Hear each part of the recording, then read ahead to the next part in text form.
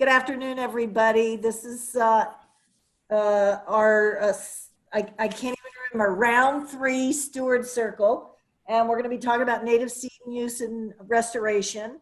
And I want to welcome everybody to our Steward Circle. And I think it'd be good if we just went around the virtual room. So Patricia, you want to introduce yourself, and then, or should I? I'm Peggy Otwell with the Plant Conservation and Restoration Program at BLM. Patricia, I'm just going to go through the line the way it is on my screen, okay? Okay, yes. Hi, I'm Patricia DeAngelis. I'm a botanist at the U.S. Fish and Wildlife Service. And then Sarah Tangren. Hey, I'm Sarah Tangren. I'm not with anybody. I'm out here near DC. Great. Amanda Penn. Hi everyone, I'm Amanda Penn. I am a forest resource planner with the Pennsylvania Department of Conservation and Natural Resources. Great, thanks. Christine F. I'm Christine. I work for the state of Hawaii. I do non-native plant management and forest restoration for the Division of Forestry and Wildlife under the Native Ecosystem Protection and Management Program. Great. Corey Gecker. Hi there. Hi, I'm Corey Gooker, and I work, I'm employed with the University of Nevada, Reno. I work on several projects that are with the U.S. Forest Service and Bureau of Land Management. Thanks. Emma Marzoff. Yes, Marzoff. I work for the North Carolina Botanical Gardens as a conservation grower for our native plant materials program. Oh, my alma mater. Great. Awesome. Yeah. I don't even want to tell you how far back that goes. Allison Agnere. Yeah, hi, I'm Allison, and I am a PhD student at the University of Nevada in Reno. A big part of what I work on is testing different native seed mixes. Great, thanks. Chris Firestone. Hi, I'm Chris Firestone. I am a botanist with Pennsylvania DCNR Bureau of Forestry. Great, thanks. Judy Perkins. Hello, I'm Judy Perkins. I'm the Mojave Desert Ecoregional Native Plant Coordinator with the California Bureau of Land Management stationed in Palm Springs. Bob, thanks, Judy. It's Bob Kartika. I'm administrator of 3 conservation and biodiversity protection programs within the New Jersey Department of Environmental Protection, and we're in great need of native seed sources. Great, thanks, Bob. Maggie Park. Hi, I'm Maggie. I'm a coordinating botanist at U.S. Fish and Wildlife. Thanks, Maggie. Mandy? I'm Mandy Carr. I work with Peggy in the Plant Conservation Restoration Program. I'm the Communications and Outreach Coordinator. Good morning and good afternoon. My name is Roman Senek. I'm with New Jersey's Natural Heritage Program as a GIS specialist, and I work with Bob Kartika. He's my administrator. Great, hey, thanks. Bob. Anna Lindquist. Hi, I'm Anna Lindquist. I also work with Peggy here in Boise. I'm the Seeds of Success National Curator. And Peggy or Patricia, if you get a second, could you let Reagan into the meeting room as well, please? She's waiting. Oh, your job, Patricia.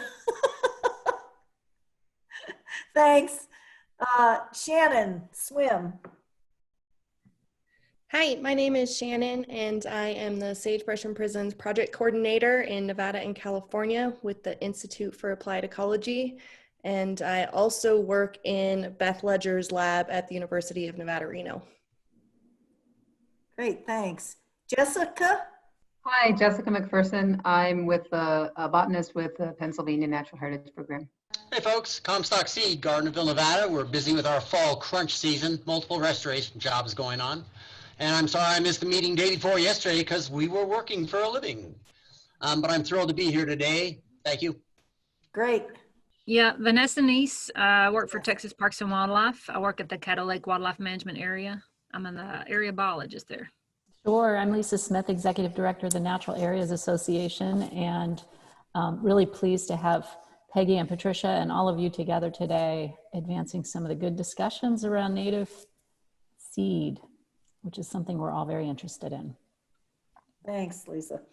Beth Ledger. Hi, Beth Ledger, faculty at the University of Nevada, Reno. Hi, my name is Rob Masadi. I work for the Southwest Biological Science Center for the USGS in Flagstaff, Arizona. Great, thanks, Rob. And then Reagan. Yeah, hi Peggy. My name is Reagan. I'm the GIS analyst at the Seeds of Success National Headquarters Office. Okay, I'm Jeff Ott in Boise. Work with the Forest Service, Rocky Mountain Research Station, doing research on restoration, fire, different things out in this part of the world. So I think we've gone through it. You're just sort of at a disadvantage, Jeff, but we've got folks from Pennsylvania, Hawaii, New Jersey, lots of Nevada. They go across the states. So Patricia, do you want to start with some questions? Sure. So I just took some notes of a few questions during the symposium the other day, and then also during some of the other parts. And so I thought I'd just throw these out there as a discussion item. So the first one is, in seed collections, how do you take environmental stress into account? For instance, if there's been a drought in an area for a number of years, might you prioritize collecting seeds from the remaining communities as potentially more drought tolerant individuals? And we're just opening it up for dialogue and discussion. We're looking at very lean conditions across the Central Great Basin. In the south, we're looking at winter fat that's 3 inches tall. The only winter fat coming in right now is from New Mexico, warm season climates that we don't want to be using in the Great Basin. And we have to contemplate, are we going to collect what's out there? We have permission to do so. The challenge is that we're going to get very little per hour by the guys collecting the seed. We're going to get low clean outs, very high dollars spent. That's what the drought is doing to us. The availability is down and the cost is up. Mm-hmm. Any other? I'll throw in a little, maybe more questions into this. It came up from one of our seed collection crews yesterday.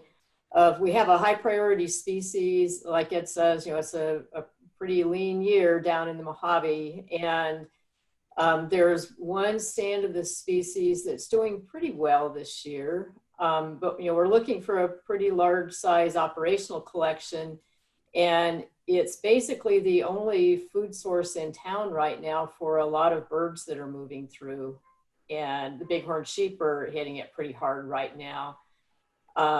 So that was an ethical question brought up of, you know, this is right now a really important food source for wildlife and migratory birds. And do we want to be doing a large operational collection off of this one single population that's doing well this year? So, you know, that's kind of another side of that question. I mean, there's the one question of, or do we want to focus on seed from just the really drought tolerant plants, which I guess looking at that specific aspect, we probably want a wide range of genetic diversity, not just the ones that are drought tolerant, but we want to include the ones that are doing really well in the drought. But at the same time, you know, if we're really hitting heavily on the only population that's producing seed that year, we're having other ecological impacts as well that we might need to think about. Judy, I would think that during years of drought like this, that your collections would have to be conservative, partly because of that impact. But I can agree with you, the essential need for some of that seed. So conservative collection, limited, just like limiting cattle on the surface. Yeah. Oh, I think, I mean, like we try not to take more than 20% of a population seed when we're collecting for Seeds of Success. So yeah, I would say let's not wipe the whole population out. Anybody else have questions or ideas on that? mention this issue. I think it's going to only increase as drought increases, and I was really impressed when I had an opportunity to tour the Irvine Ranch Conservancy in Southern California, and they have created orchards of shrubs that they irrigate and collect from, which is not something that we do in the Great Basin, but it seemed like something that as wildland collections get harder and harder, Ed, thinking about putting in some of these populations that we can control so that we're not decimating the wild collections is something we're going to have to really start thinking about.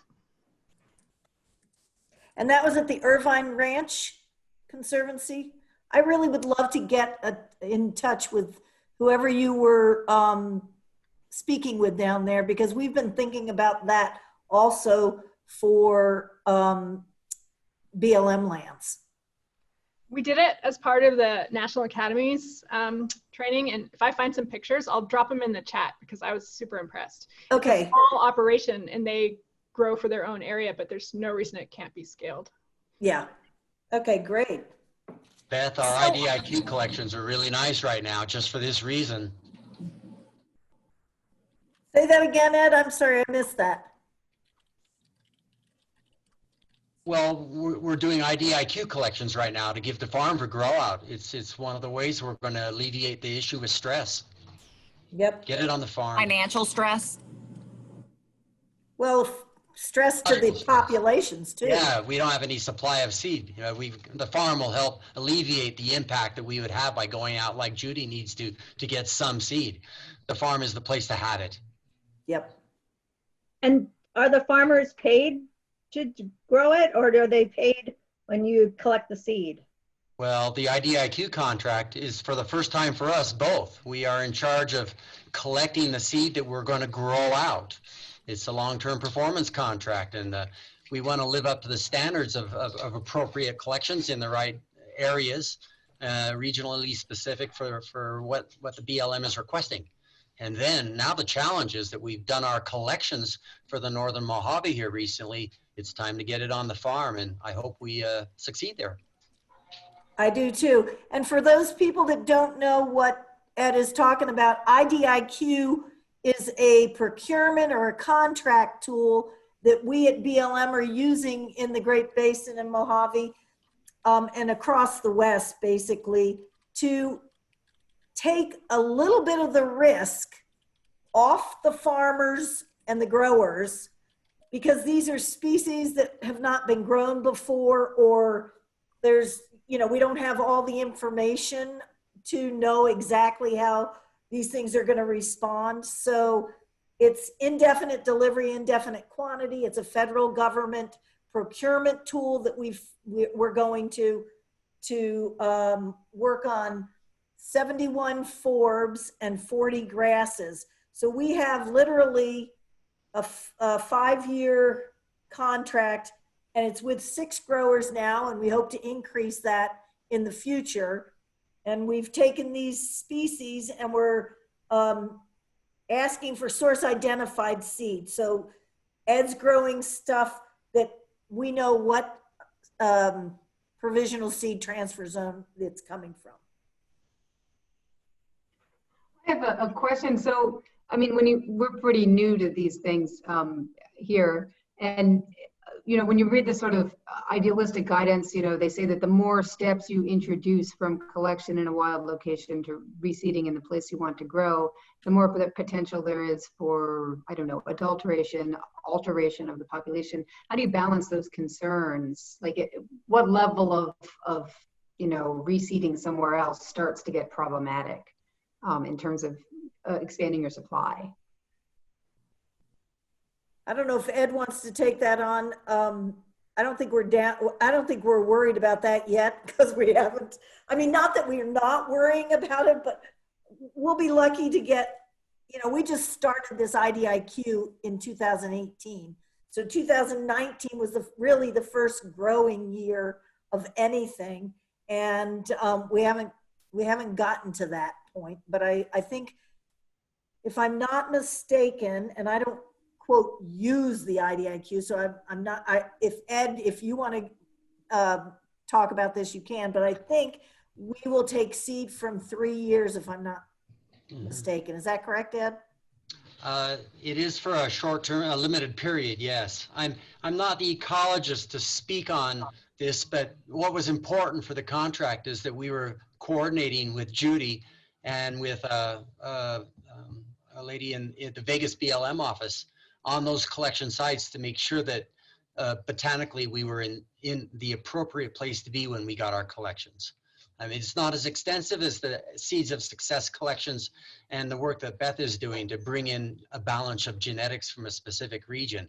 But the players above us in the BLM were in charge of the parameters that we had to jump through. And what we're trying to do from a national perspective on this is seed the seed warehouse system that we have. Because what's happened is you get these fires and then everybody comes rushing to us and BLM warehouse and says, this is what we want. And by that point, I mean, we need to be 5 to 10 years out with figuring this stuff out. So we're now working from that perspective. And if you go into our exhibit space, I think, Mandy, do we have on there the IDIQ one pager? And if we don't, we'll put it in this chat just so you can get an idea. We've put together $10 million, literally a $10 million checking account to work on this IDIQ contract. And what we hope to do is go through those 70 species of forbs, and the forbs are the hardest things to get for us, and the grasses, so that we can have them. We're seeding the seed warehouse. We want them in the seed warehouse for use. And we'll put this what we're talking about into the chat. And it's just a one pager. And if you want to, it's a mechanism though for us in federal government. I don't know how else others can use it, but the good news is that once we seed the seed warehouse and get these growers getting used to growing this stuff, then those growers can sell this stuff to anybody else other than us. So 2 things with that. One is there's a question in the chat. So I think I want to ask one more question for Peggy to talk about this IDIQ, and then when we can, we'll move to that question in the chat. The question I would pose to you, Peggy, is if you could just also explain, because I think what you just said was really important about how, you know, if it is a bumper crop, then the growers can also then sell that themselves, which I know some agencies can't do. Some setups, some contracts won't allow. The thing I wanted to ask you to mention was about that and maybe this isn't as interesting to the folks here, but that the way the funds will replenish themselves in a way, right? Yeah, so we have the capacity within the Bureau of Land Management. We have a seed warehouse system. We've got 2 large warehouses, one in Ely, Nevada, one in Boise, Idaho. We've got cold storage for things like sagebrush seed, which loses its viability after, or I don't know, it starts to lose anyhow, between somewhere around 18 months maybe. So we need to make sure that we've got that kind of seed in cold storage. I think we have 125,000 pound capacity for that, and we have about 2 to 3 million pound capacity in the other 2 seed warehouses, or in the 2 seed warehouses. So what we're doing is we are out of this $10 million checking account, we're paying the growers like Ed to grow the material, source identified, from where we want it to who we want to, where we want to be using it. They send us back the material into the seed warehouse, and then that seed is bought by different projects. So if there is a wildfire that happened outside Las Vegas, let's say, and Las Vegas is one of the the botanist there is working with Ed and Judy to get the right materials out there, and we've got it in the seed warehouse, then their money that they've got to do restoration and rehab buys that seed from the seed warehouse. And then that money that they paid to purchase from internal to BLM goes back into our checking account. What we call it the working capital fund for seed production.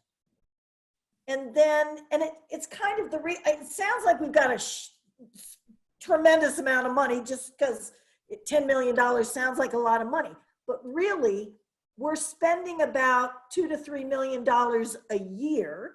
We don't necessarily get that money, get the seed back exactly in a year. It depends upon what's happening. So the way I figure it is, if we've got this little process of putting the money out into the growers to grow it, it takes about 3 years for us to then get that money back.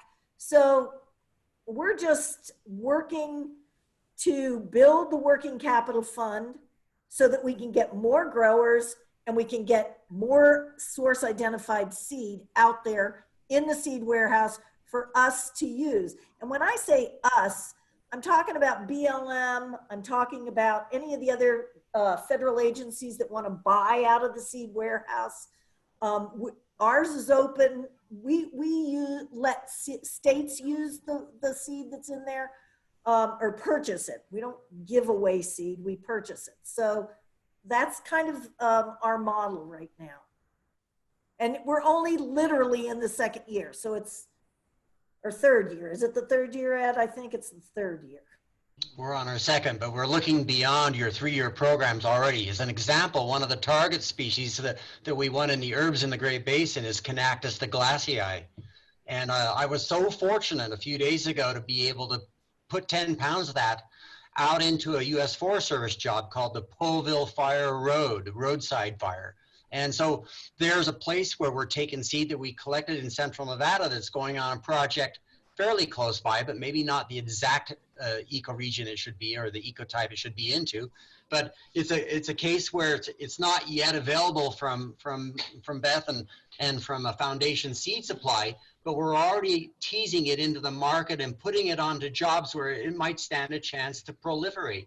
And I love it when an herb takes hold in our jobs. They're usually colonizers and they're early on, and they're going to put everything on course towards a successful job. And so we're thrilled right now. We got Connactus out in the field, Well, we're thrilled that we've got a grower that's interested in doing this with us, Ed. So it's great. Thank you. Hey, this is Bob Kartika. Can I weigh in for a second? Sure. Again, I'm coming from New Jersey, where we have essentially nothing in terms of any kind of native seed sources. And, we recently viewed the video that the presentation that was posted by the association on the Arkansas program and how they developed it. One of the reasons I'm participating is that I'm hoping to get some hints as to how we might get growers interested in buying into a native seed program. I've zero experience with this kind of stuff and not very much expertise either on my part. So I'm wondering if folks have any suggestions in that regard. I realize you're very Western oriented, and I get that. But we do have restoration needs in the East, and many times we're commenting on planting lists and we're saying, take this out, take this out, take this out, take this out. And they say, well, where are we going to get the stuff? And we say, I don't know, you figure it out, that kind of thing. So, wondering if there's any suggestions folks have in that regard. Sorry if I'm throwing this discussion off track. No, I think this is perfect. And I think there's a couple of things that I would suggest. I would suggest touching base with Ed Toth. I would suggest Sarah Tangren.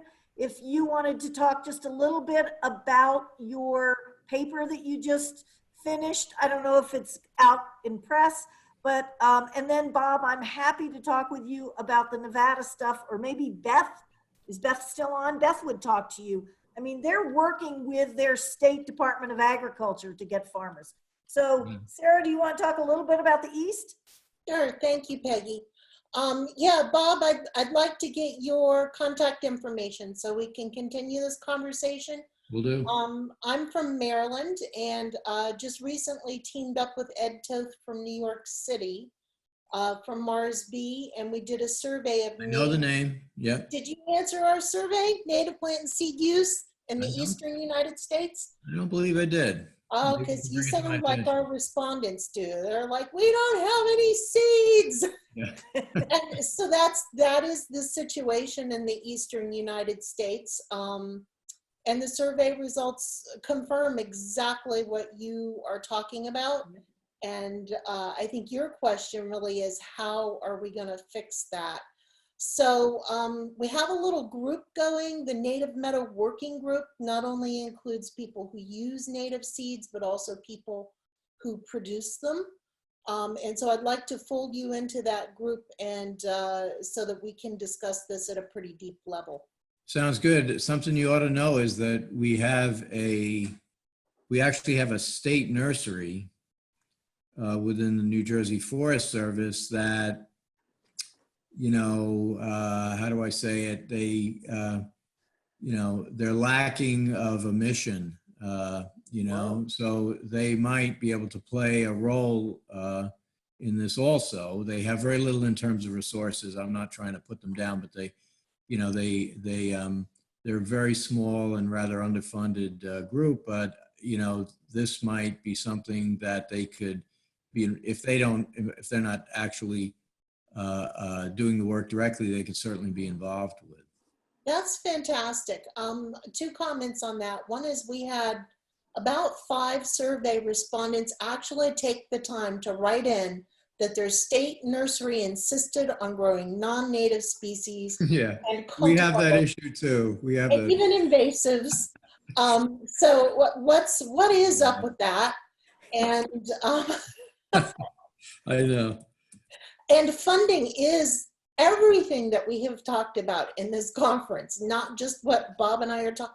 Funding is the underlying 800-pound gorilla. Yeah, but isn't it what, it's not necessarily funding, but there needs to be a market. If there isn't, there has to be a viable market in order for anyone to want to serve this need. It's chicken and egg. Yeah. Yeah. And so we can only.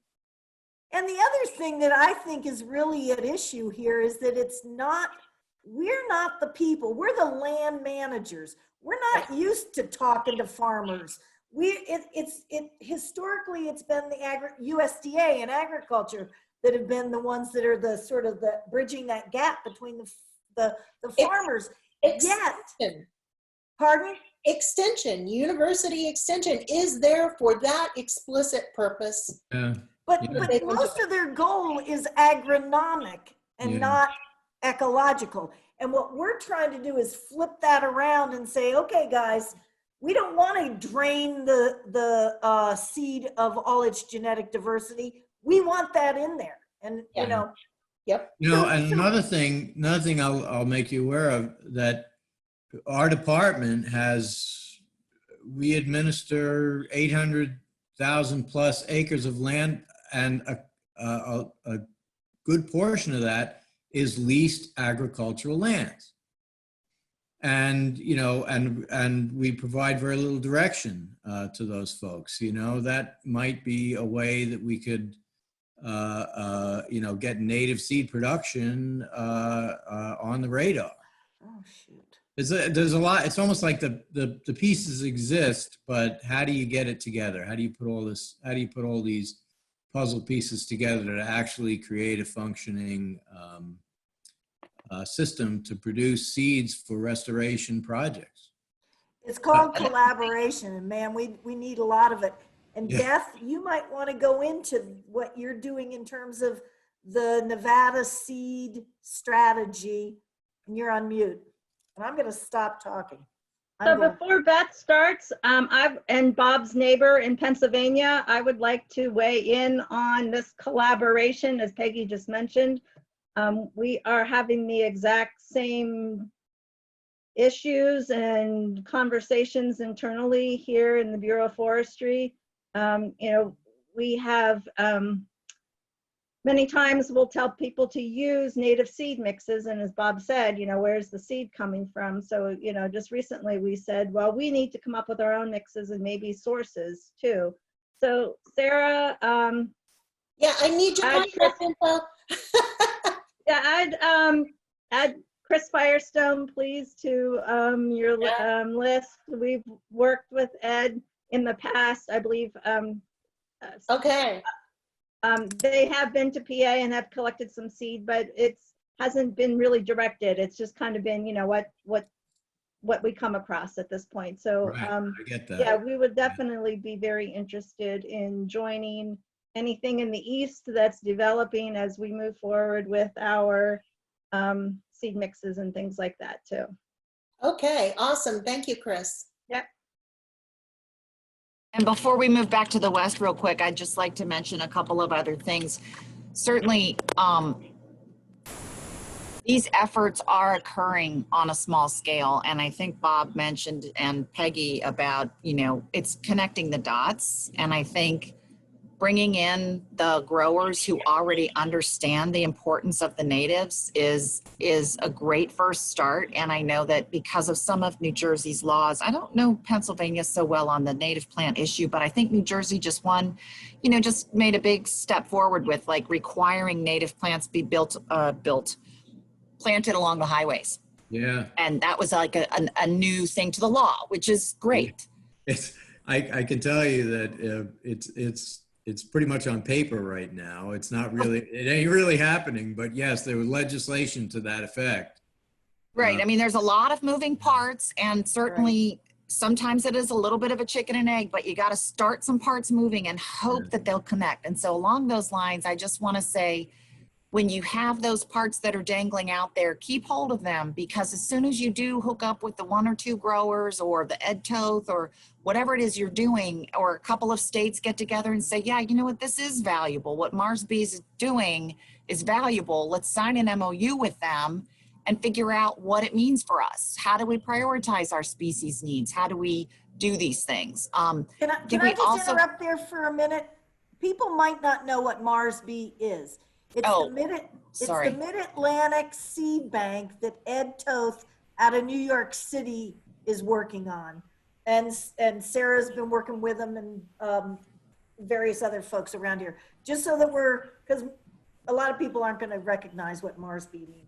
So go ahead. And I just wanted to point out that on the East Coast, another thing that's been happening, because we are certainly more private lands, is we have pockets of excellence where in Virginia, for instance, they've developed their own little native plant materials development program on a regional basis. And it's the Native Plant Society and the Division of Environmental Quality, DEQ, that got some coastal funds to help deal with restoration issues. And they've built up this whole system where they've developed regionally based planting guides for the layman, right? So these gardeners will get that, the local population. I mean, to create a market, you have to have people ask for something. And to have people ask for something, you have to tell them what to ask for. So what that's done is they also connect with the native plant nurseries. And so each regional guide has everything you need. It's got stuff like grant information, and growers to contact. So I would like to see those attempts that are definitely bigger than just one town also be brought into these larger state-based or regionally based projects, because I think it's there, Someone Has anybody else ever put, a legal mandate in with like a 5-year phase-in period or something? Because that seems like that would be a solution to the chicken and egg problem. You can't require people to plant things they can't buy yet. You mean, are you talking about for the Department of Transportation in New Jersey? Well, that's in general, like, you know, I know New York City has a law requiring the use of native seeds. And if you can get those laws passed, that creates the demand that you need to pull in, right? But you can't pass the law to ask people to plant something that isn't available. So has anyone ever done it? That's exactly what we did in New Jersey, though. Well, law was passed requiring transportation agencies to do something that they can't really do. Well, and that's the hard part when you're trying to talk legislative. There's only so much they're willing to take. And There's so if, never you know, never any appropriation associated with those bills, never. But we're trying to change that. And I think that if all of you, I would love you to look at the Plant Conservation Alliance and join us, because that's 12 federal agencies. It's over 390 now, almost 400 non-federal partners. And those are states, universities, any number of partners. And I think that there is, I can't do advocacy as a federal government employee. I can't either, yeah. Yeah, but there are these 300 and some odd non-federal, non-state people, and Dr. Kay Havens from Chicago Botanic Garden is the non-federal committee chair for the Plant Conservation Alliance, and she's been really active in doing the advocacy for us. And I mean, I'm not exactly sure how I got an influx or an infusion of money in 2017, but we got $5 million at BLM to implement the seed strategy.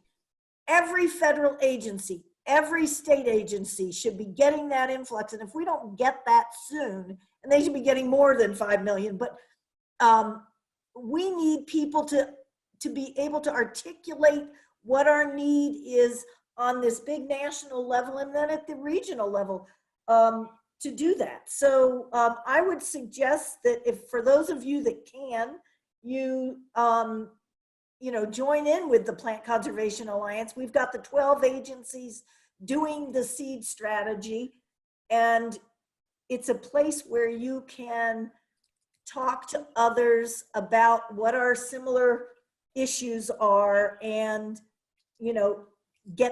talk to Kay about advocacy, because if you've got somebody that you think is receptive in your state, like New Jersey, that they're willing to do that sort of thing. She'll go find who are the other NGOs in New Jersey that could help you. So I've just posted three things to the chat. I posted the web link to the non-federal committee cooperators page, which it goes straight to the cooperators page. You can look and see what's there. You can search by, you can just do a find. And there's other parts to that page about how to join. I do know that once you join the cooperators group, you also get access to an internal separate email system. It's a one-way thing, but basically that's the one they use for advocacy, okay? The other one is, and you can contact them, I'm sure, if you have a question or message that you'd like them to be aware of, to share over that list. I also posted the link to the Plant Conservation Alliance discussion lists, which are lists that focus on various aspects of native plant issues. The first one is the general native plant list. That's where most of the discussion happens, or information sharing happens. Those are two-way lists, all of these.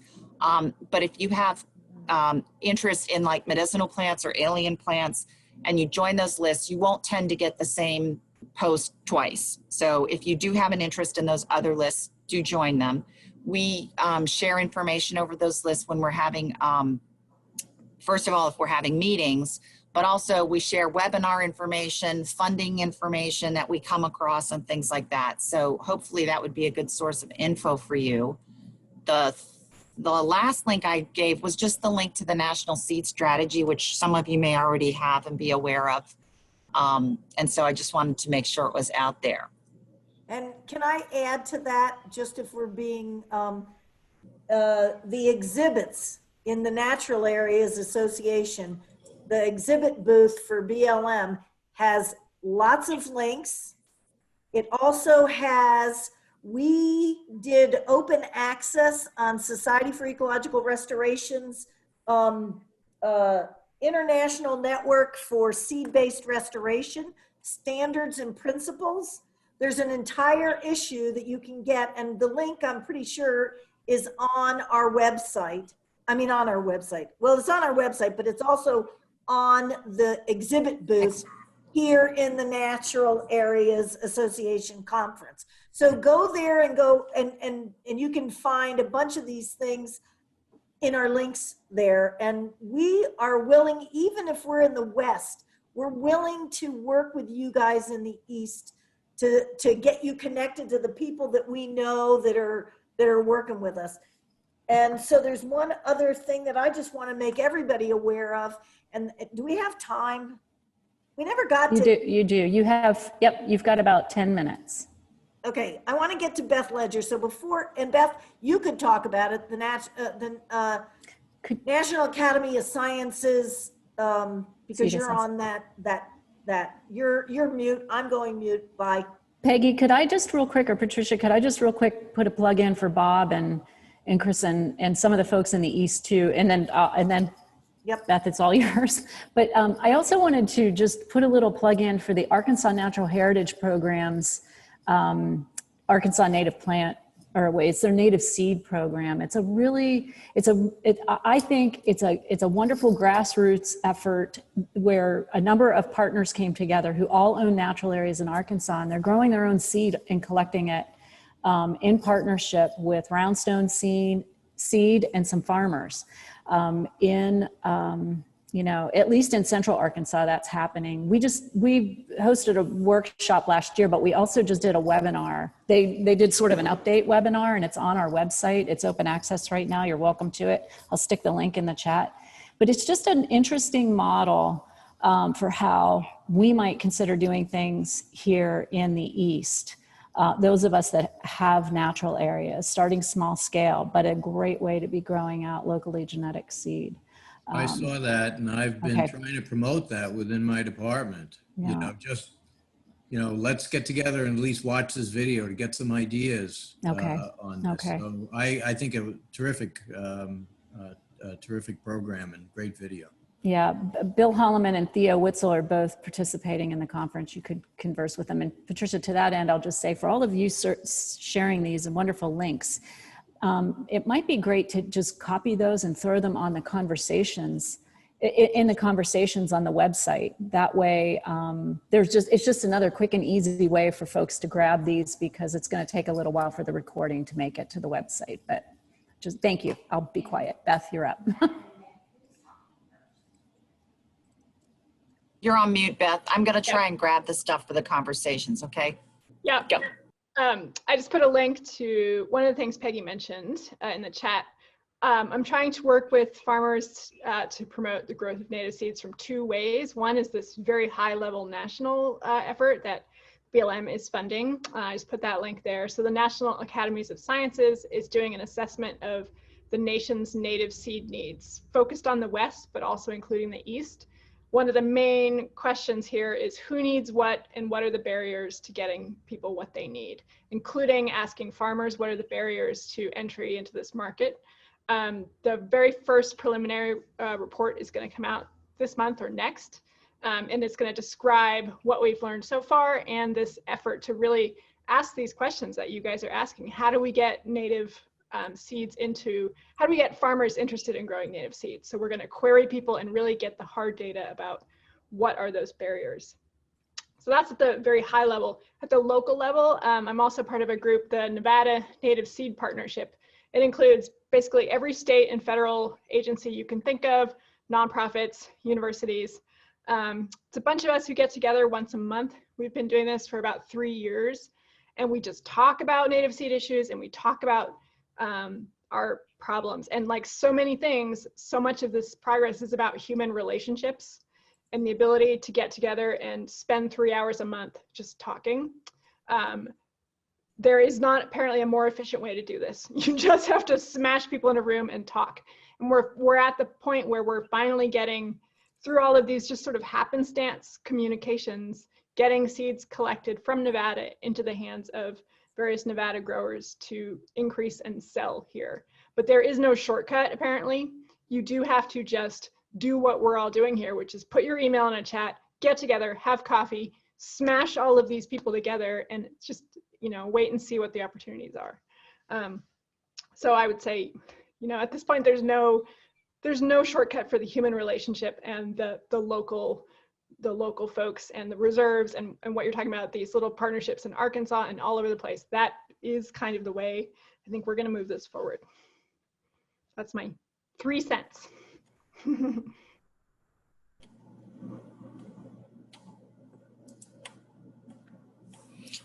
So I was looking at the chat, and I'm not sure if Jessica feels like we've addressed she had the first question off the bat, and I think we've explored that a little.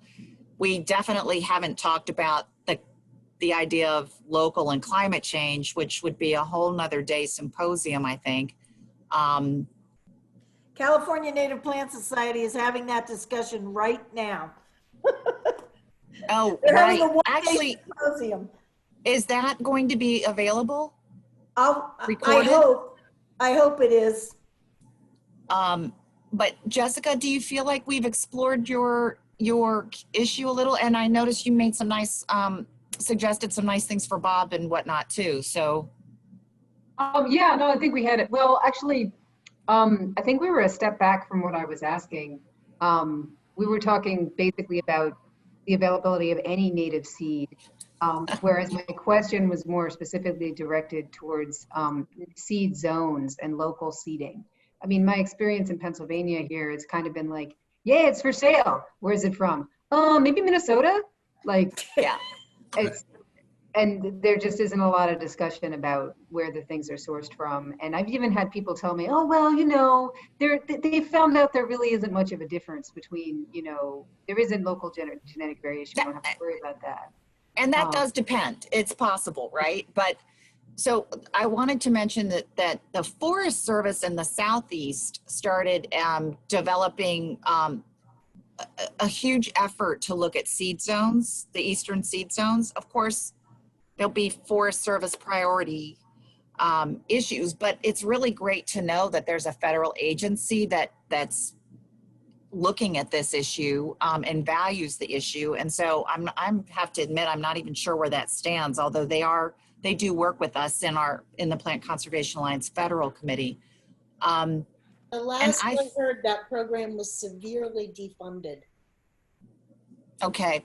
Carrie Pike, I mean, Joanne Baggs was the one who started the Eastern Seed Zone stuff, but Carrie Pike is the one who's really been doing and just been presenting on some of that work. So, and then I guess along those lines though, every one of these questions is one of those that you have to explore within your own neck of the woods, right? And see, okay, is there another situation like the Virginia Native Plant Society that's working with the Department of, you know, and where it's coming from? I do see there tend to be two different sort of sources on the East Coast.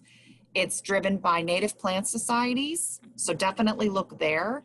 And it's driven by the burgeoning formation of these plant conservation alliances. And some of them aren't necessarily called that. Like there's a lot of state-based plant conservation alliances, some of which are just being formed now. And while they do tend to focus on rare species need habitat too. So we're not talking about trying to restore, you know, a T&E species here. We're talking about what we need in our general environs. So really start to look in your own area. And when you see a nursery that calls itself a native plant nursery, call them up and ask them how native is native. And maybe they know something about the species that grows happily in a nice moist environment, and maybe it does do well all the way across a huge range. So I think these are things we really just need to start exploring. And the other thing that I would suggest for the East, and I don't know, I mean, there's been a lot for Northeast here, but the Millersville Native Plant Conference, the Cullowhee in North Carolina, that brings the nursery industry, it might not be seeding, but it's the nursery industry together, and the folks that are mom and pop, you know, organizations or industry. And, you know, it may be that you can get some of those folks to be more interested in growing your local stuff. They may have the land to grow it with too. Mm-hmm.